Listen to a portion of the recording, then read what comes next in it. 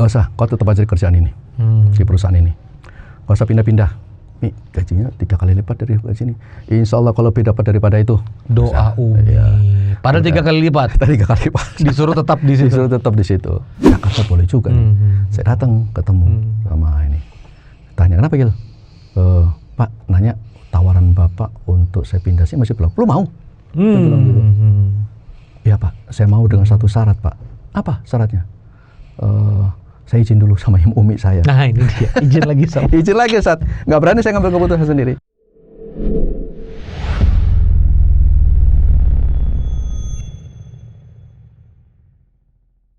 A'udzubillahi minasyaitonirrajim. Bismillahirrahmanirrahim. Assalamualaikum warahmatullahi wabarakatuh. Waalaikumsalam warahmatullahi wabarakatuh. Alhamdulillahirabbil alamin. Kawan-kawan, bertemu lagi dalam The Living Ayat, ya, Muslim Entrepreneur Podcast. Pada kesempatan kali ini saya kedatangan tamu, guru juga, Masya Allah tabarakallah.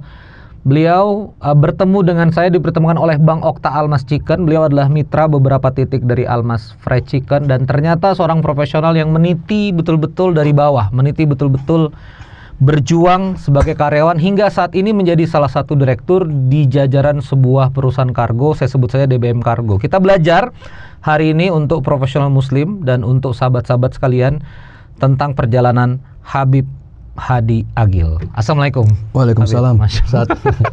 Makasih nih Bib, jauh-jauh. Saya juga terima kasih diundang datang ke sini. Masya Allah tabarakallah. Lebih kenal dengan Ustadz. Nah, Bib, jadi kalau boleh tahu nih, dari karyawan terus kemudian sekarang jadi direktur, ini titik awalnya gimana nih Bib? Sebetulnya saya mesti buat disclaimer dulu nih. Iya. Disclaimer. Jadi kalau saya ngelihat beberapa podcast Ustadz Randy, kebanyakan mereka sudah dikenal sama orang gitu kan, mereka yang punya prestasi-prestasi tertentu. Nah, ke giliran saya yang di Mitra Anda kemarin, sebetulnya saya bingung apa prestasi saya ya. Banyak yang tidak kenal saya, tapi justru itu lebih menguntungkan bagi saya untuk tidak dikenal. Apa namanya? Lebih nyaman begitu kali ya, tapi sebagian orang mungkin lebih nyaman dikenal dengan orang gitu kan. Saya kebalikannya seperti itu. Jadi saya termasuk yang kena gelombang pengangguran di zaman reformasi Ustaz. 98. Masya Allah. Karena saya bekerja di salah satu perusahaan yang bisa dibilang bagian dari perusahaan yang ada di Orde Baru. Sehingga bisnisnya kurang kuat. Begitu ada reformasi, bisnis ini pula harus berakhir. Saya beserta mungkin ratusan atau mungkin ribuan orang, termasuk salah satu yang menganggur. Dan pada saat yang bersamaan sebelum saya perusahaan ini tutup, saya sudah merencanakan untuk menikah. Jadi saya menikah dengan status pengangguran Ustaz. Langsung badai ya? Langsung badai itu. Ya Allah. Tapi sudah qadar Allah, pernikahan tetap harus terjadi karena itu bagian dari sunnah Rasul. Kemudian saya coba Ustaz melamar di berbagai tempat. Mulai yang saya pernah dulu mulai dari Pertamina, katakanlah dari sampai ke Pertamini gitu kan, sampai perusahaan sejenis kayak karaoke keluarga pun saya ajukan lamarannya Ustaz. Dan di sana justru yang nyantol gitu kan, yang kepanggil. Waktu saya minta izin sama ibu saya untuk datang diwawancarai, ditanya bagaimana kerjanya, saya sampaikan kerjanya bisa sampai jam 2, jam 3 gitu kan. Tapi Umi kurang menyetujui saya di sana, sehingga saya tidak jadi datang untuk diwawancarai. Ini ada yang menarik Habib, kalau sebelum maaf saya putus, selalu diskusi dengan Umi. Iya, pasti selalu diskusi dengan orang tua. Ya, terutama Umi.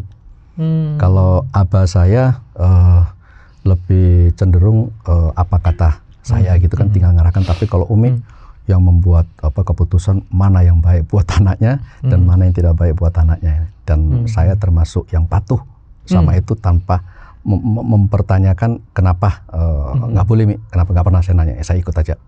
Ikut aja. Walaupun ada dorongan kecenderungan. Iya, karena kan saya kan tetap harus menafkahi seorang istri waktu itu kan.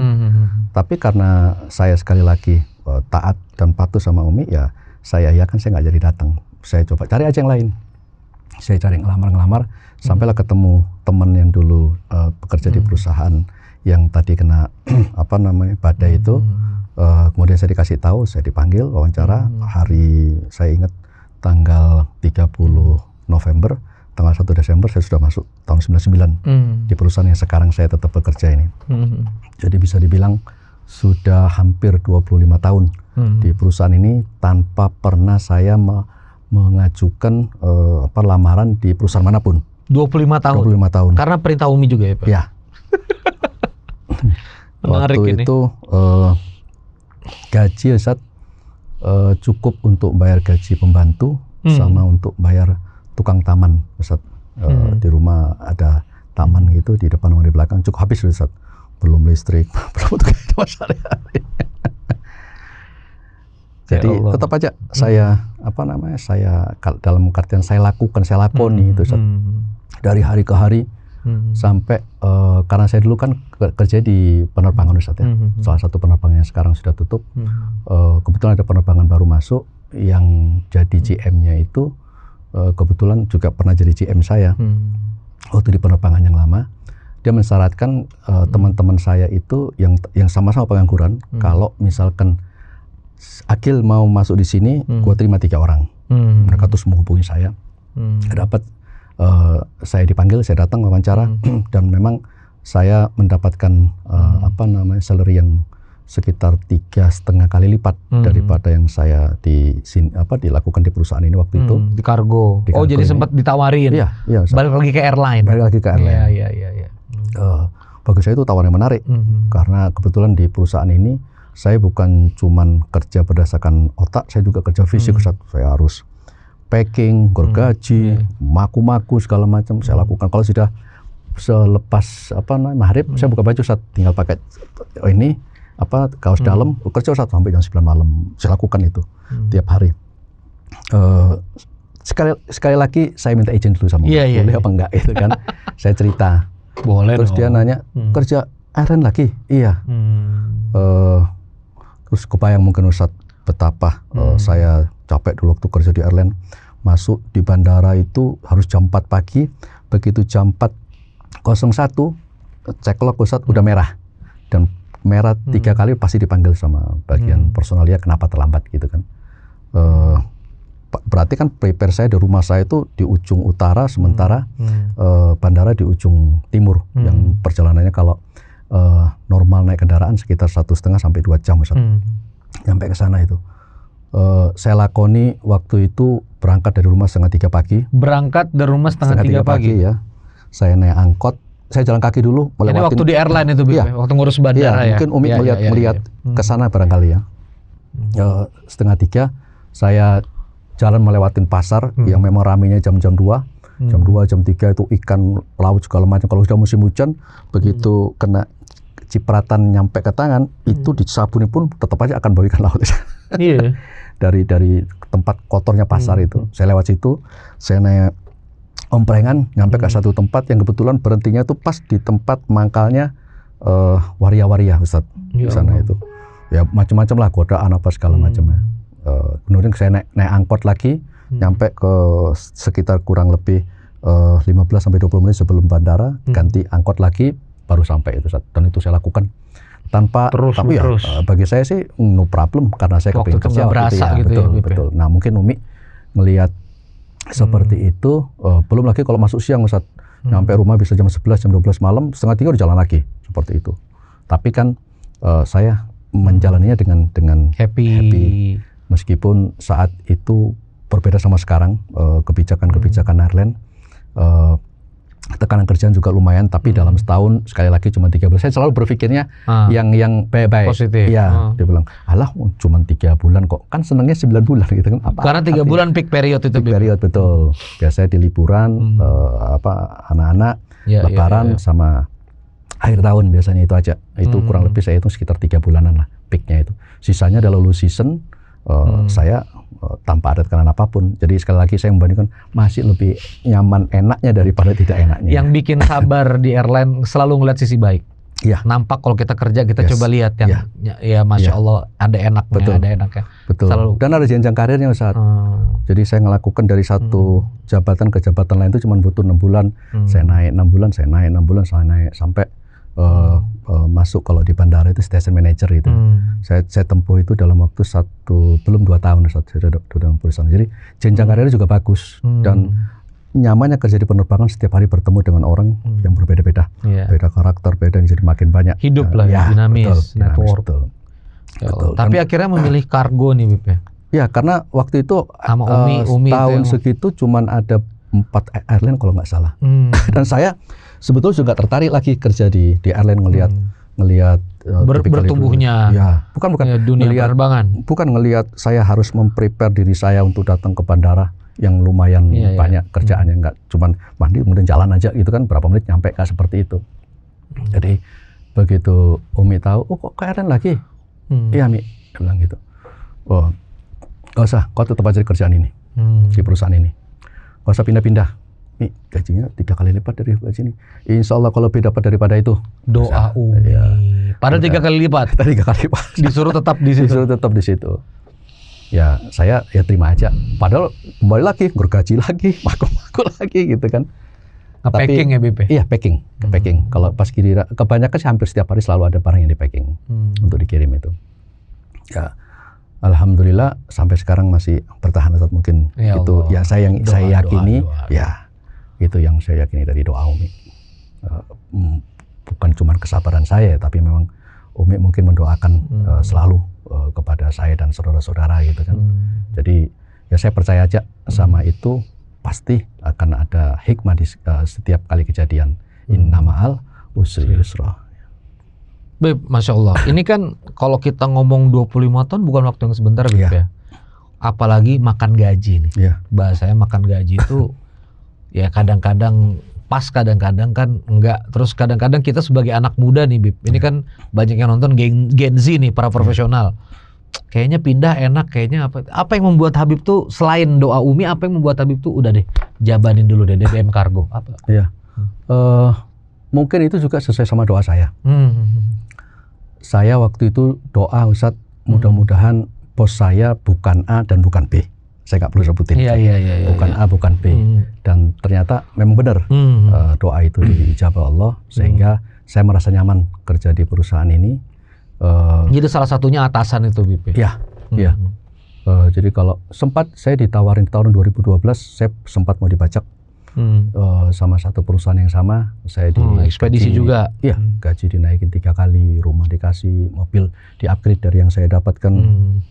Cuma saya begitu ditanya, Pak, apa yang Bapak dapatkan dari itu? Saya cuma menjawab, saya dapat bahagia. Dapat bahagia. Dapat bahagia. Itu udah selesai Ustaz. Nggak, paling gajimu sekian, kamu paling ditawarin gitu kan, tetap aja nggak tertarik Ustaz.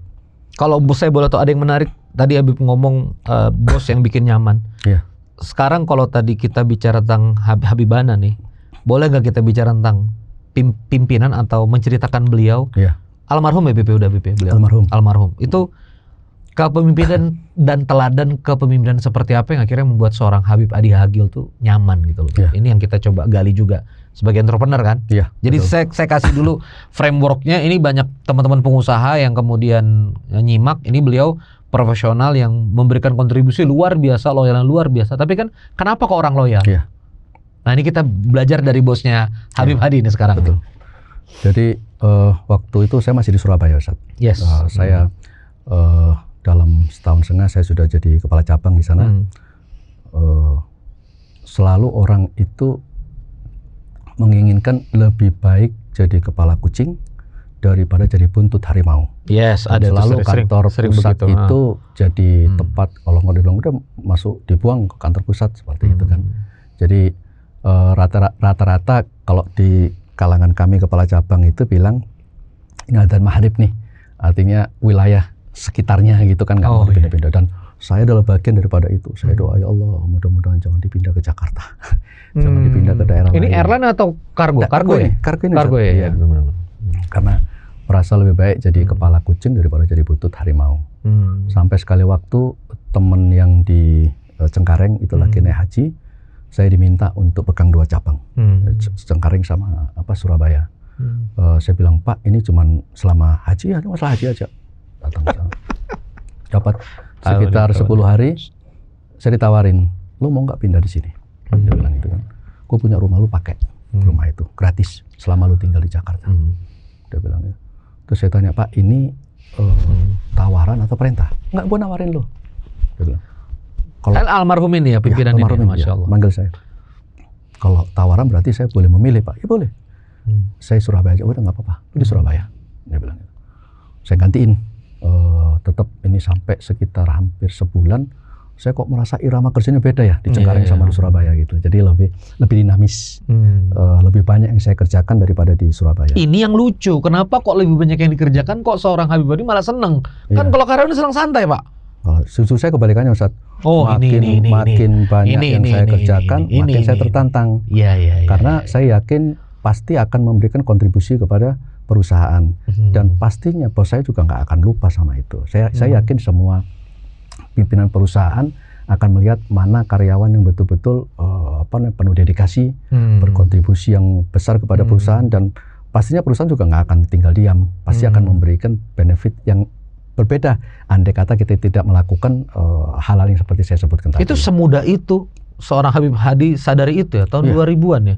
Iya, 2006, belum ada trainer, belum ada coach, belum ada karir coach segala macam, sudah sadar begitu ya? Iya. Jadi makin banyak kerjaannya, makin susah medannya, saya makin seneng, Ustaz. Karena kayak punya seperti orang lain lah. Kalau dia bisa, kenapa saya enggak? Gitu kan. Kalau dia bisa, kenapa saya tidak? Tapi kan anak-anak muda sekarang bilang, wah gajinya nggak worth it, kamu dieksploitasi, kamu gimana tuh? Nggak terdidik malah, Ustaz. Nanti utek ini yang harusnya bisa dikembangin jadi melebar seperti ini, kalau terbiasa memikirkan hal yang kecil, ya akan kecil terus gitu. Nggak dikasih tantangan, nggak dikasih challenge. Akan seperti itu aja. Dengerin. Jadi kayak seperti balon, Ustaz. Balon itu kan makin dipompa sebetulnya bisa sebesar gini. Kita mau pompa lagi bisa. Gitu, pompa lagi bisa sampai pada saatnya dia memang betul-betul nggak bisa dipompa lagi. Batas membran. Betul. Nah, karena seperti itu beda banget sama di Surabaya, Ustaz. Jadi dinamis di Jakarta tuh, Bib, ya. Kalau boleh dibilang dalam 8 jam kerja, katakanlah saya menggunakan otak saya cuma 3 jam. Ini saya di Cengkareng ini saya gunakan otak saya dalam 8 jam itu 12 jam, Ustaz. Malah lebih 4. Iya, lebih 4 gitu. Pulang ke rumah masih. Saya nggak pernah pulang di bawah jam 10, Ustaz. Nggak pernah. BlackBerry tuh, Pak ya? Masih zaman BlackBerry, betul. Pin BlackBerry. Awal-awal BlackBerry, betul. Betul, Ustaz. Jadi saya rata-rata pulang di atas jam 10 malam. Kadang kalau diajak bos saya almarhum ini untuk ketemu si A, si B, itu bisa pulang jam 2. Padahal masih sehat, Ustaz ya. Kita ngelakukannya bahagia, nggak jadi penyakit itu, Ustaz. Tetap aja tambah sehat. Seperti itu. Akhirnya saya setelah ngelihat kayaknya Jakarta boleh juga nih. Saya datang ketemu sama ini. Tanya, kenapa gitu? Pak, nanya tawaran Bapak untuk saya pindah sini masih belum mau. Dia bilang gitu. Ya Pak, saya mau dengan satu syarat, Pak. Apa syaratnya? Saya izin dulu sama umi saya. Nah ini dia, izin lagi sama. Izin lagi, Ustaz. Nggak berani saya ngambil keputusan sendiri. Tidak berani mengambil keputusan kecuali harus konfirmasi kepada umi sendiri. Nanya lagi. Nanti kalau umi saya boleh, Pak, ya saya pindah. Kalau umi saya nggak boleh, saya izin ke Bapak, saya tetap di Surabaya. Ya udah nggak apa-apa, lo izin. Insya Allah dikasih sama umi lo. Sudah waktunya saya pulang, kan seminggu sekali saya pulang, Ustaz, Nah ini juga menarik, kerja di Jakarta seminggu sekali. Pulang, Ustaz, pasti pulang. Surabaya loh itu. Dan itu saya lakukan bukan cuma pada saat itu, sepanjang sisa umurnya Umi saya lakukan itu. Seminggu, 2 minggu paling lama saya pasti pulang ke Surabaya. Masih ada sekarang? Nggak ada, tahun 2020 sudah. 2020. Ya. Nah sekarang kadang 3 bulan baru pulang. Tapi sebelum itu, dulu, ya pulang, Ustaz. Kadang bos saya nyuruh, lu waktu lu pulang sana. Jumat udah disuruh, Ustaz. Kadang Kamis, dah lu besok masuk, pulang aja. Ya, bos saya tahu, bahkan sering kali Ustaz datang ke Surabaya itu hanya untuk ketemu sama Umi. Habis balik lagi? Enggak, bos saya nih datang ke rumah. Masya Allah. Ketemu sama Umi. Bahkan saking sayangnya sama Umi saya itu udah beliin kalung, Ustaz, sama bos saya itu. Dibeliin kalung.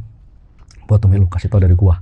Gitu. Ini keteladanan pemimpin yang juga menyimak keluarga, Iya. memanusiakan manusia Betul, gitu. Tapi betul. kerja keras mah keras aja Pak ya. Tetap tetap. Kalau Apalagi saya ekspedisi itu kargo. mungkin kalau ibarat kata angka 1 sampai 10 saja, saya mungkin menggunakan tenaga sama pikiran saya 70%, bos saya lebih daripada itu, Sat.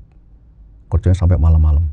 Oh, Padahal jadi biasanya, seorang Habib Adi ngelihat bos Anda itu pembina lebih lagi dari saya. Lebih pengorbanannya lebih. Semuanya, Ustaz, semuanya. Lahir batin, jiwa raga, waktu. Betul. Itu juga jadi mentor saya ya dalam semangat untuk bekerja. Terus atas didikannya itu menjadikan sense of belonging saya terhadap perusahaan itu tinggi, makin menebal ya. Jadi ibarat kata siapapun yang ganggu, saya pasti orang terdepan yang maju untuk membela perusahaan ini. Jadi seringkali saya diminta untuk menyelesaikan berbagai masalah yang terkait sama gangguan-gangguan kepada perusahaan. Wajar lah, persaingan bisnis dan lain sebagainya. Ya, tadi soalnya kita ngirim barang ya, Bib ya. Bisnisnya gitulah. Betul.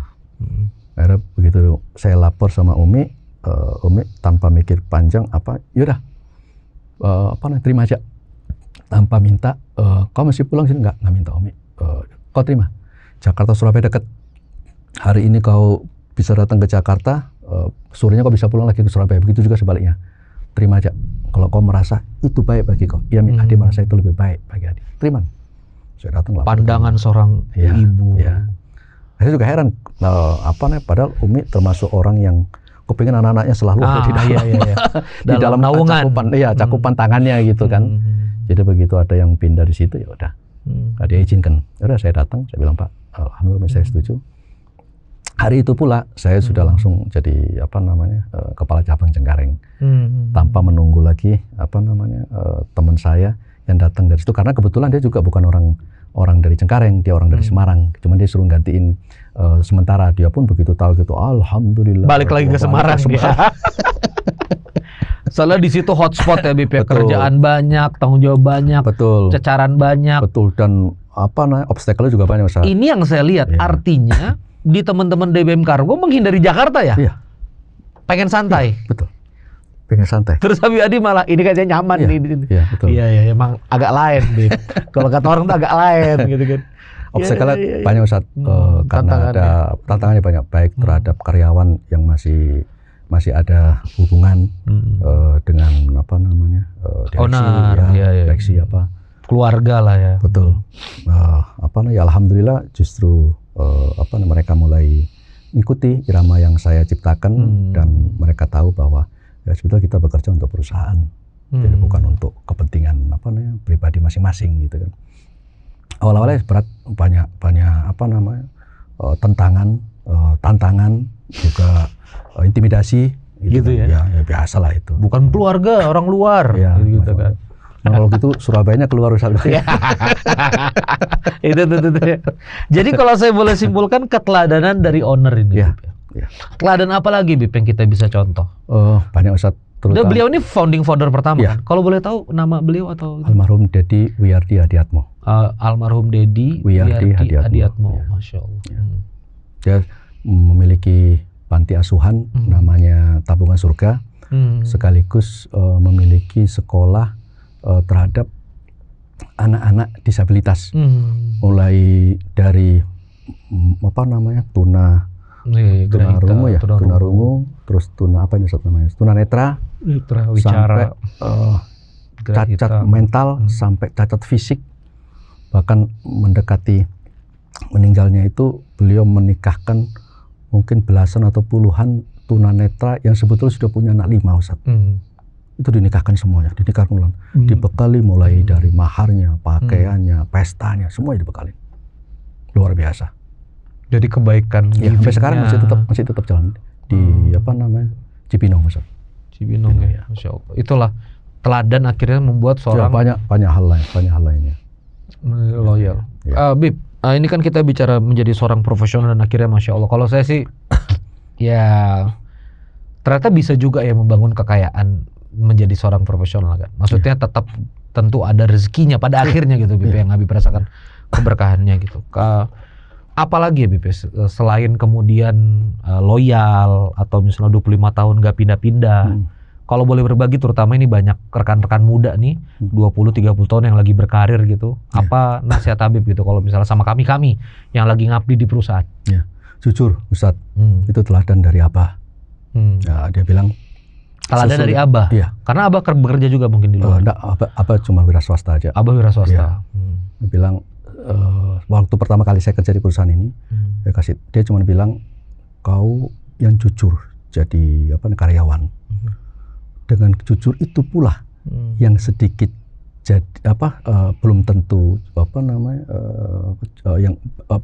yang banyak belum tentu cukup, yang sedikit belum tentu kurang. Yang sedikit belum tentu kurang, yang banyak belum tentu cukup. Belum tentu cukup. Ya tapi jujur itulah berkah di sana. Jadi orang cuma makan Indomie dengan orang makan Susite mungkin nikmatnya beda Ustaz. Mungkin makan Supermie yang cuma sekitar 10.000 jauh lebih nikmat dibanding yang Susite mungkin habis 100.000 gitu kan. Halal, tapi berkahnya di situ ya. Jadi itu yang pertama. Terus yang kedua, kerja tanpa pamrih. Artinya kalau ada bos baru kita kerja kelihatan gitu. Tidak ada bos santai-santai aja. Enggak. Itu jauh sekali dari saya.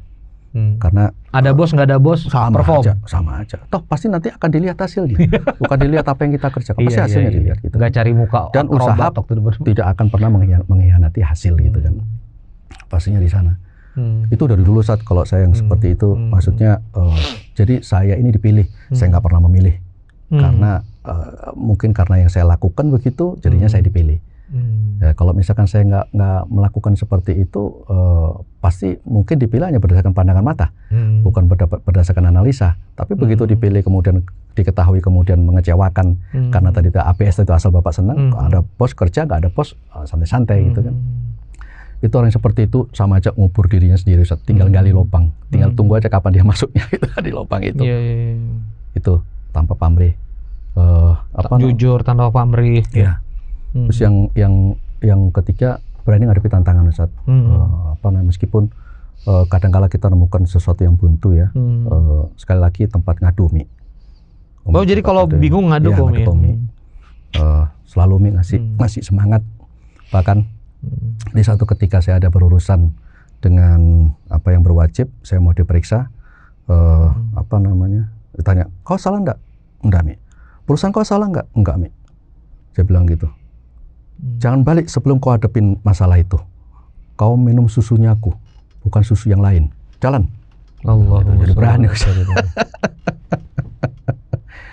Jadi ya Umi selain sebagai ibu beneran ya, juga sahabat tempat ini karena Umi sekali lagi nggak mau memaksakan tanpa ada tujuannya dan sebagai panglima Ustaz. Jadi saat saya bingung dia ngasih keputusan.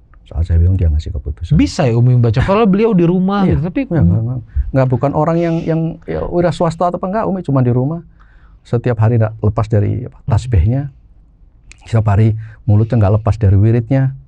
Makanya saya yakin aja. Pernah waktu Umi nggak ada di makam, seorang teman bisikin, sekarang Umimu sudah nggak ada. Panglimanya siapa lagi nih? Dia bilang enggak, cuma dia bilang, jangan kau macam-macam lagi, karena sekarang azab Allah sudah tidak ada yang bendung lagi. Kalau kau macam-macam, kau ingat. Kalau kemarin kau berani macam-macam, kan ada tangan Umimu yang jagain, ya kan? Seperti yang hadis bilang, ridallahu fi ridal walidin wa suhtullahu fi suhtul walidin. Ya Allah Bib, ya Allah. Saya jadi speechless nih Bib. Masya Allah tabarakallah. Ini berlanjut Bib ya, kita nanya. Menjadi profesional lalu kemudian kita ketemu di Almas Pecik kan gitu ya. Dan saya tahu Tamrin, outlet Tamrin, Habib Hadi yang buka juga. Alhamdulillah condet. Wonderful condet Bib. Aneh bolak-balik juga. 4 Oktober Padang ya Bib ya? 4 Oktober Padang betul. Atau ada lagi yang belum saya sebut Bib, yang sudah tegak yang ada rencana. Ada rencana sekalian harapan indah ya atau enggak di Geraha Ustaz insyaallah. Di Geraha ya. Tapi ini yang beroperasi baru 2 ya berarti ya. Baru 2. Berarti 4 Oktober ini juga ada insyaallah. Insyaallah. Di Padang. Ini teman-teman 4 Oktober kalau nanti ini kayaknya tayangan lewat dari 4 Oktober di Padang buka di jalan apa tuh Bib? Bukanya? Khatib Sulaiman. Khatib Sulaiman ya. Pasti depan Transmart. Betul. Bib, langsung aja, apa yang langsung bikin Habibana, karena saya juga ngobrol-ngobrol sama Bang Okta juga, termasuk yang sangat loyal untuk membuka Almas dan Superstore gitu loh. Ukurannya gede-gede gitu. Apa yang bikin Habib sebetulnya seneng? Secara tidak langsung Mas Okta ini nyiapin jalan buat saya, Ustaz. Karena saya terus terang nggak paham di bisnis ini. Cuman pertama kali saya dapat share di grup RW tentang Almas. Share di grup RW? RW ya, seorang teman di grup RW share. Saya buka, saya bilang, waduh, ini bagus nih. Saya kontak teman yang punya jaringan luas. Saya bilang cari siapa orang ini, kontak personnya, dan saya kepingin ketemu. Tapi sebelum ketemu, saya kepingin nyoba dulu. Saya kepingin tahu dulu betul nggak yang disampaikan. Karena selain dia menyampaikan tentang hebatnya dari ayam goreng ala Saudi ini, juga di situ ada bisa memberikan makan orang setiap hari, sekarang sudah berlangsung, dan yang lebih lagi adalah 5% dari hasilnya itu didonasikan itu 5% ya untuk Pakistan. Tapi yang menarik di sini, Ustaz, ini saya lakukan sebagai amal jariah ibu saya. Itu poinnya, Ustaz. Begitu dia sebutin ibu, itu sebetulnya poinnya. Kalau sejenis sih mungkin andai kata dia tidak nyebut gitu, mungkin saya menganggapnya biasa-biasa aja. Karena saya yakin seseorang yang sudah taat dan patuh kepada orang tuanya pasti nggak akan pernah mau melakukan hal-hal yang menyimpang. Karena apa? Karena itu orang tua. Minta kepada Allah supaya anaknya ihdinas sirotol mustaqim tadi itu. Akhirnya kesempatan itu datang, saya berangkat dari Tangerang ke Bintara itu, perjalanan 2 jam, antri lagi, Ustaz. Kebetulan ketemu sama teman saya bawa ini, ngasih tahu saya temennya ini begini, akhirnya dapat, udah Bapak dulu aja, ya diambilin makanan. Dia bilang, ini enak nih, saya mau ketemu sama orang ini, cari jalurnya. Akhirnya lewat jalur seorang teman, ketemulah sama Mas Okta, nggak jauh, seminggu setelahnya. Itu awal-awal berarti kan Bintara, outlet satu loh tuh, Bib. Betul. Dan saya waktu itu nggak minta mana-mana, saya cuma minta Surabaya. Ya, karena saya kepinginnya buka di Surabaya. Banyak kawan, banyak begitu. Betul. Ya. Nah, kebetulan saya ada kerjasama sebelumnya di Tamrin, kuliner juga. Itu kurang jalan dengan bagus. Saya tawarkan, Mas boleh nggak? Oh bagus itu. Coba besok saya suruh orang ngecek. Besoknya dicek sana. Terus saya mulai cari di Surabaya. Ada beberapa saya kirim aja. Sampai sekali waktu, Habib lebih bagus ini aja. Ditunjukin lah condet.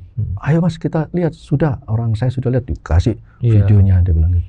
Saya nggak tahu ini maksudnya nunjukin ini apa ya, nggak jelas. Dan terus saya bilang, Mas ini untuk saya. Iya, kalau Habib mau silakan Habib ambil. Ya mau. Saya nggak pakai naik di mana tempatnya, itu. Luasnya berapa, harga sewanya berapa, saya nggak nanya lagi dah. Dan asal Ustadz tahu, tadi malam saya baru melihat podcastnya Mas Bram sama Mas Okta. Iya. Saya baru tahu aturan mainnya sedetil itu ya baru tadi malam. Ya Allah. Jadi saya nggak tahu nantinya bagaimana ke depannya, saya nggak tahu, Ustadz. Pokoknya yes saja. Ya, saya cuma dikasih, termasuk juga itu sewa itu nanti akan dikompensasi. Setahu saya dikompensasi itu di tahun kedua. Ternyata di tahun pertama baru tahu juga, Ustadz. Begitu juga marginnya itu dapatnya sekian persen. Saya baru tahu juga, meskipun di kajian bisnis saya baca, saya tahu. Cuman secara detail apa yang disampaikan itu tadi malam tuh baru saya lihat, oh ternyata begini, Jadi saya nggak tahu apa Ustadz.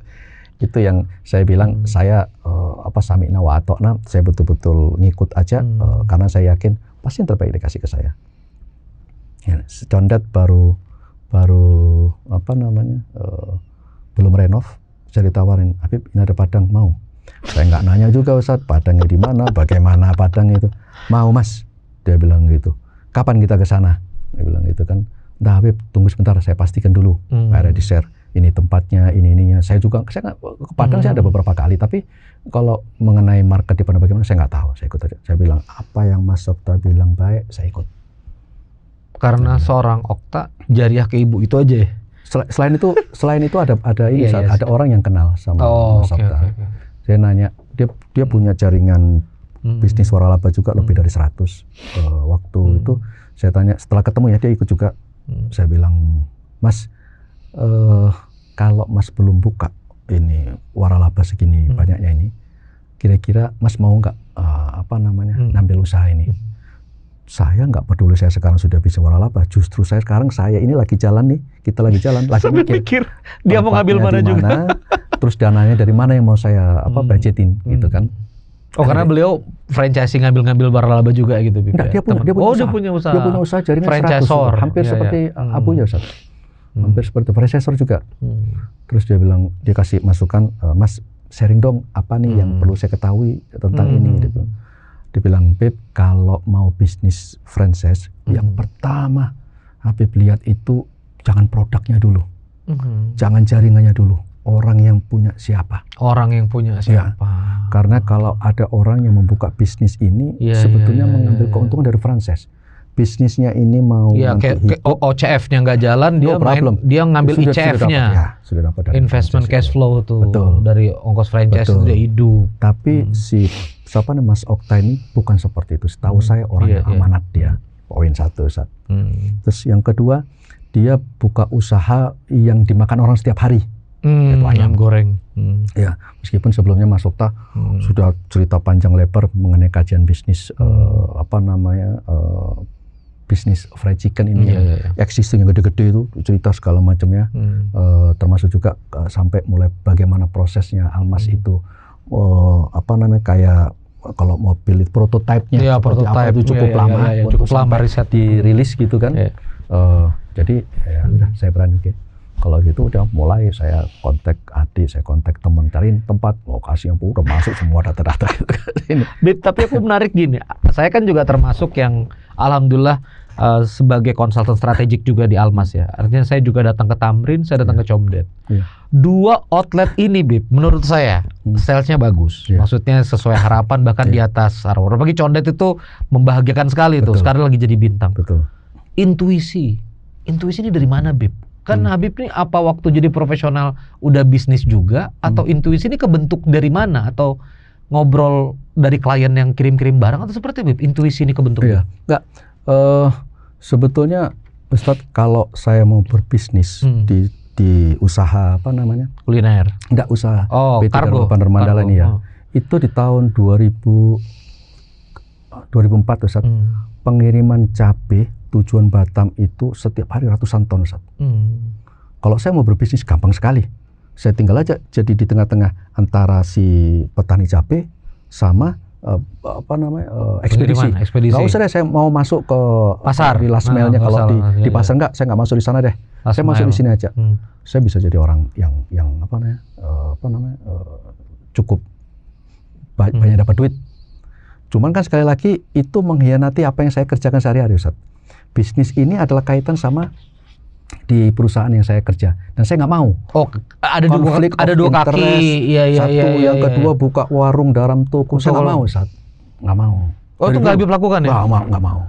Saya nggak mau. Pasti akan ada konflik of interest. Dan kalau itu sudah terjadi, kita nggak bisa lagi jadi profesional. Manakala kita mau melakukan sesuatu, menegakkan aturan, kita sendiri di belakangnya itu yang punya, bukan yang punya, gitu yang melanggar aturan. Gimana kita bisa menegakkan aturan ini? Kita punya kepentingan di situ. Betul. Kan. Nanti kebaca sama anak buah, pasti kebaca. Wah, bos gua gini doang ternyata. Habis kondite. Termasuk jati diri yang sudah saya bangun dari awal gitu runtuh ketika saya nggak mau. Makanya saya cari usaha yang tidak ada hubungannya sama di luar itu sama ini ya. Ngapain aja kalau boleh tahu? Jadi punya insting yang tepat. Mulai dari ada duit saya beli tanah, saya jual. Ada rumah saya beli, saya jual. Rumah sedikit saya rehab. Tanah saya beli, saya bangun rumah, saya jual. Kos-kosan. Itu kan nggak banyak makan waktu saya. Paling waktu saya keambil hanya Sabtu sama Minggu, itu pun kebanyakan saya di depo bangunan itu belanja ya. Jadi kuliner for the first time? Iya. Sebelumnya ada saat yang saya bilang tadi Tamrin itu. Ya. Tapi saya nggak ikut, itu bukan ini, itu ikut sesuatu yang sebetulnya saya salah langkah itu. Mungkin belajar dari sana Ustaz ya. Terus yang kedua, yang berikutnya yang paling ini Ustaz, saya nggak terlibat lagi kerja. Saya cuma repot di saat renovasi, begitu bisnis sudah jalan, saya ada dimanapun, saya bisa ngontrol dari aplikasi. Ya, detik ini pun juga bisa Pak ya? Bisa ngontrol. Nah, saya nggak ikut kerja, nggak keluar pikiran saya, nggak keluar di sana, kemudian tenaga saya nggak keluar, dari manajemen Almas sudah melakukan semuanya. Tapi berarti outlet pertama yang sudah tegakkan Tamrin. Ya. Berarti ada nggak Bib ini udah 1 bulan sama Tamrinnya? Belum ya, berarti 3 pekanan ya? Belum. Tapi dalam 3 pekanan ini terus kemudian condet jalan, yang Habib rasakan kan komunikasi di grup WA tiap hari, dia laporan expense tiap malam tuh, menurut Habib gimana? Apa satisfied atau seperti apa? Iya pasti Ustaz. Dari untuk perusahaan yang baru tumbuh seperti sekarang, menurut saya sih mulai dari merawat properti, sampai kepada menjaga kualitas makanan, sampai kepada report financing, ya report terakhir, termasuk melayani customer. Jadi di saat-saat peak time-nya di Condet itu Ustaz, selalu dari manajemen Almas selalu bilang, tim jaga kualitas, jangan terima pesanan kalau Anda nggak yakin dalam satu pesanan itu semua bisa Anda layani. Misalkan gini Ustaz, pesen burger, pesen ayam, pesen minum, ternyata burgernya nggak siap, gitu kan? Jangan dijual burgernya kalau nggak siap. Jangan sampai begitu customer yang sudah antri panjang, tiba-tiba ada pesanan satu yang nggak siap, tapi tetap dijual. Nanti kita antar Pak, mungkin karena sibuknya gitu, jadi kelupaan, jadi komplain sama customer. Itu dibilang, lu nggak usah jual ini kalau memang nggak siap. Jadi, off aja menunya. Ya, off aja, bilang aja belum siap Pak. Seperti itu. Jadi terakhir baru report tuh saat. Nah, report itu mulai dari kalau di kami ya biasa ada namanya briefing dan debriefing. Briefing di pagi hari atau sebelum kerja, kita doa gitu kan. Terakhir debriefing dilakukan setelah kerja, kita review apa nih kerjaan kita yang jadi peninggalan bagi shift selanjutnya. Itu dicatat di logbook. Itu saya udah biasa melakukan seperti itu. Jadi jangan sampai ada customer yang punya problem di siang hari berulang. Bukan berulang Ustaz, tidak bisa diselesaikan di shift yang berikutnya karena nggak tahu itu Bu, anak pagi gitu Bu. Bagaimana? Anak pagi. Nggak bisa Ustaz. Kalau di logbook di kami itu pasti kita tulis case-case itu, irregularity report nama itu tulis. Jadi begitu ada pertanyaan sebentar Bu, dia akan buka gini. Oh Bu, begini karena itu update-nya dicatat di sana Ustaz. Dan itu dilakukan di Almas. Jadi saat seperti itu tim. Oh, per shift tuh dia sistem begitu ya Pak? Iya, yang saya masukkan saat-saat sibuk itu terus mengingatkan kepada, kan di dalam grup WA di satu outlet itu kan semua ikut Ustaz. Iya. Jadi mulai dari cleaning service sampai ke store manager semuanya ikut di sana. Jadi sentuhan-sentuhan yang seperti itu mengingatkan kepada tim untuk tetap melayani dengan baik.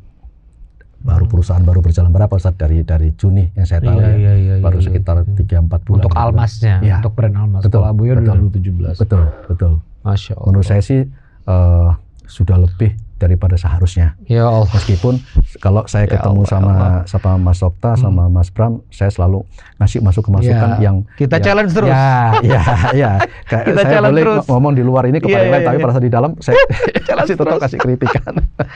Bib, kalau gini kan banyak yang nanya mitra, artinya dioperasikan oleh Abindo, oleh Abuya Group, lalu kemudian pelaporan finance gimana, accounting gimana, itu gimana yang Habib rasakan gitu? Iya. 3 pekan ini. Sebetulnya dari Sabtu kemarin kami ketemu untuk mungkin yang pertama ya, meeting yang pertama setelah saya ketemu sama Mas Okta di bulan Juli itu ya. Ya, Randy ada yang sama Mas Bram sore itu. Iya. Saya ngantri. Betul. Nah itu banyak yang saya tanyakan. Saya mulai ngelis Ustadz pertanyaan-pertanyaan itu apa aja yang saya perlu ketahui, dan semuanya clear dijawab sama itu. Saya cuma belum sempat buka aja. Bukan MOM-nya saya sudah buat, cuma lupa belum saya share aja. Jadi supaya ini loh kemarin kita pertemuan, kita menghasilkan ini. Itu jadi catatan bagi saya sebagai mitra dan Almas sebagai officialnya gitu kan. Tapi kan kalau di store manager tuh kalau saya tanya pulang jam berapa, report dulu tengah malam. Itu tengah malam ramai ya grup itu teng. Betul Ustaz.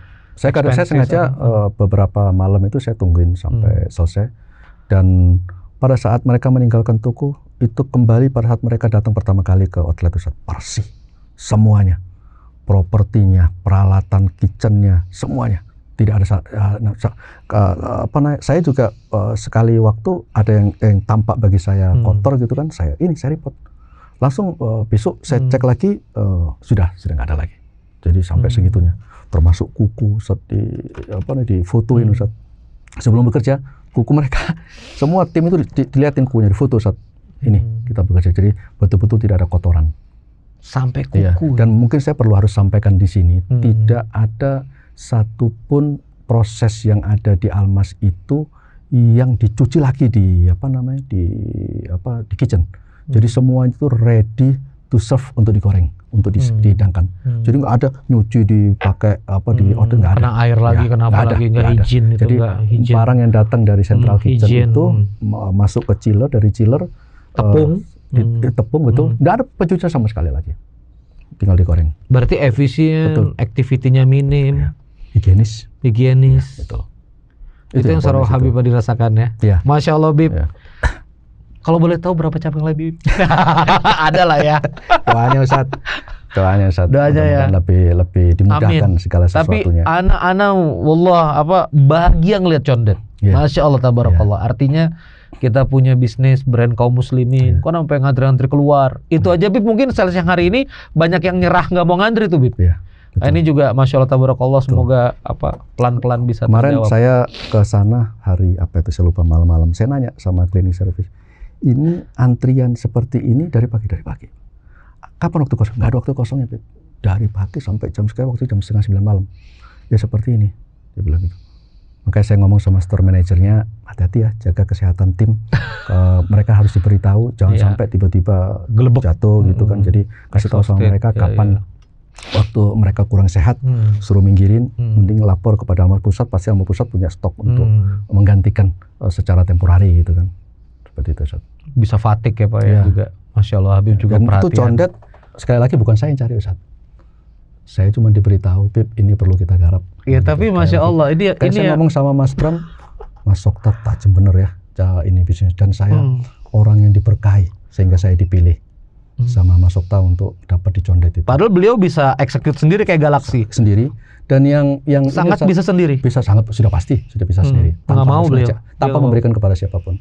Nah, yang justru uniknya, sebelum Mas Okta ketemu saya, sudah dapat lokasi di sebelahnya. Iya, kepindah-pindah, keambil Tomorrow, keambil dokter gigi. Itu keambil sama orang. Saya bilang, Mas Okta, sudah Allah sudah kasih rezeki saya.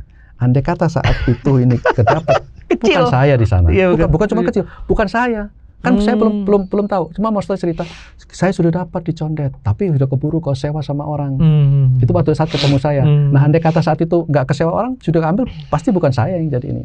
Justru setelah ketemu saya 3 hari kemudian, itu ruko BCA itu disewakan. Saya dihubungi. Berkah, Ustaz ya. Tapi ya ini juga Bib, kita jadi ambil pelajaran. Ini kan alhamdulillah Bib, setelah 3 bulan tuh sebetulnya Randy nemenin Almas Fried Chicken ngendorse saja. Tapi karena teman-teman Randy nanya Almas ini kan Mas Bram udah kerepotan. Jadi saya sekarang diminta untuk bantuin komunikasi juga, warehouse management gitu. Jadi yang saya rasain ya, orang tuh hayin layin ya bahasa Arabnya. Ada yang kemudian rumit, ada yang kemudian mudah. Ini kita punya satu titik prospektus juga nanti ya, Anda beritahu. Yang hayin-hayin sih oke. Ini sih juga baru ibu-ibu dan aku ngantri di situ. Tapi ada yang rumit ya, gitu juga Habib ya. Jadi maksudnya Habib kan nggak rumit nih, maksudnya ya bertanya tapi intuitif gitu loh. Justru banyak yang saya nggak tanyakan. Nah ini saya banyak berkebalikan ini. Ya. Karena itu tadi mungkin karena percaya Ustaz ya. Jadi nggak kalau misalkan saya diajak sama orang lain, mungkin pasti saya minta kajian bisnis apa segala macam. Jadi kalau saya boleh ini masuk nih Bib. Di bukunya Good to Great itu kan tulisannya Jim Collins, who then why, siapa dulu baru who then what, siapa dulu baru apa. Jadi nampaknya Habib ini gini, ini sosoknya siapa, organisasi kayak apa, ini dipimpin Okta. Udah deh kalau gitu on details dan segala macam bisa nyusul. Berbalik kalau misalnya detailsnya nampak gagah segala macam, tapi who-nya nggak selesai, itu baru Habib. Betul. Itu pengalaman 20 tahun di dunia kargo juga ya. Jadi sekali lagi masalahnya siapanya? Ya Allah. Man behind the gun. Man behind the gun. Iya sih. Saya juga nyaman sih, maksudnya bekerja sama dengan Mas Okta. Sebetulnya Bang Okta ini dari Kabul Abu ya, Bib. Jadi termasuk sosok yang di program-program dakwah saya. Mirip juga kayak Habib. Artinya kalau kita, Bang ada program gini-gini, nggak nanya, nggak apa, tuh support gitu. Jadi ya itu kemudahan ketemu kemudahan, orang ya gitu ya. Amanat ketemu amanat, Masya Allah. Bib, 48 menit kita sudah diskusi. Ya kuncinya taat orang tua, totalitas gitu ya. Dan ini kebahagiaan buat teman-teman, Anda bisa sukses berkah dan bahagia, nggak jadi pengusaha juga bisa. Iya. Meniti jadi karyawan terus, Betul. berkontribusi. Artinya nggak ada hitung-hitungan BP maksudnya. Kalau begini nanti aku dapat apa. Tapi kemudian Allah tuh nggak akan salah. Pasti. Allah nggak akan salah memberi balasan. Pasti. Allahumma sholli ala sayyidina Muhammad. Terima kasih teman-teman sekalian. Habib Hadi, terima kasih. Kasih Ustaz. Assalamualaikum undangannya. teman-teman. Terima kasih banget. Ini The Living Ayat ya. Wa qadara rabbuka alla ta'budu illa iyyah wa bil walidaini ihsana. Ini wa bil walidaini ihsana. Kita Habib Hadi Agil setiap hari telepon orang tua Habib ya. Pasti. Jam 10 malam seminggu sekali dari Jakarta pulang ke ibunya. Anda yang kerja di Bandung, ibu di Garut, jangan lupa pulang setiap minggu, oke? Terima kasih. Wassalamualaikum warahmatullahi wabarakatuh. Waalaikumsalam warahmatullahi wabarakatuh. Thank you banget ya. Syukuran, Ustaz. Ini Terima kasih, mudah-mudahan jadi apa jariah Ya, untuk sedikit semua. yang didapat ini. Wah, banyak ini. Banyak ya Bang Gigi ya.